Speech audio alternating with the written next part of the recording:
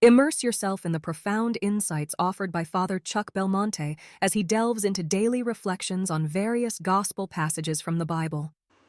He descended into hell, the Apostles' Creed, after declaring that Jesus was buried, adds, he descended into hell. But why did the Lord descend into hell?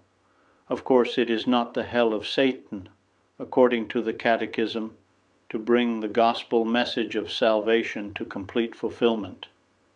It was to continue his messianic mission that Jesus preached the gospel even to those who are dead, 1 Peter 4-6.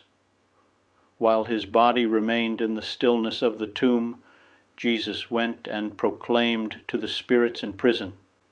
Jesus' mission to bring us to God didn't take a pause. It simply continued in a new mode, in another realm, and with a different audience. That audience was comprised of those holy souls who had been patiently waiting in Abraham's bosom, the limbo of the fathers, for the coming of the Savior. It was to them that Jesus ministered, reassuring them that they would soon be rescued to join him in heaven. It's also true, however, as both creeds affirm, that Jesus' lifeless body laid in a tomb, that his death was real. So while the souls of the faithful departed enjoyed his presence, for those who were then alive, Jesus had simply fallen silent. As with those disciples from Emmaus, who had left Jerusalem crestfallen after the crucifixion, something like the death of God had happened. In an interesting twist, someone's cry, "God is dead, and we have killed him," also expresses the content of Holy Saturday, descended into hell. Jesus himself had already experienced this estrangement in a most profound way, as he expressed it in his anguished death cry, my God, why have you forsaken me?" Even the silence of God speaks volumes, however. Most especially, the truth of God's concealment reminds us that God dwells in mystery, in light unapproachable, that he is the hidden God.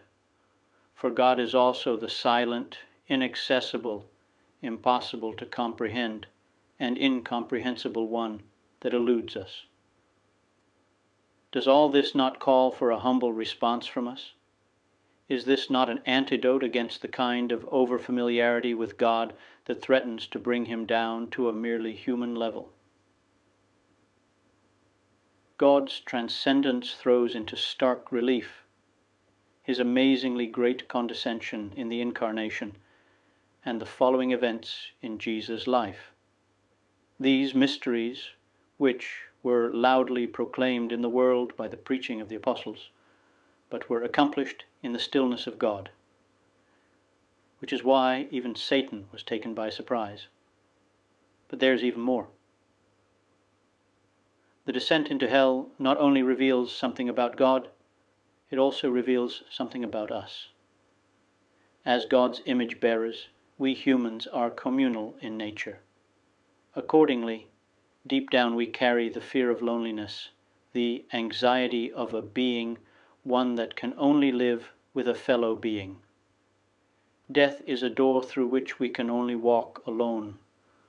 It is absolute loneliness, and hell, the one of the damned, is the loneliness into which love can no longer reach, and we must avoid at all costs. I would be delighted to extend an invitation to you once again tomorrow for another insightful reflection on the Gospel by Father Belmonte.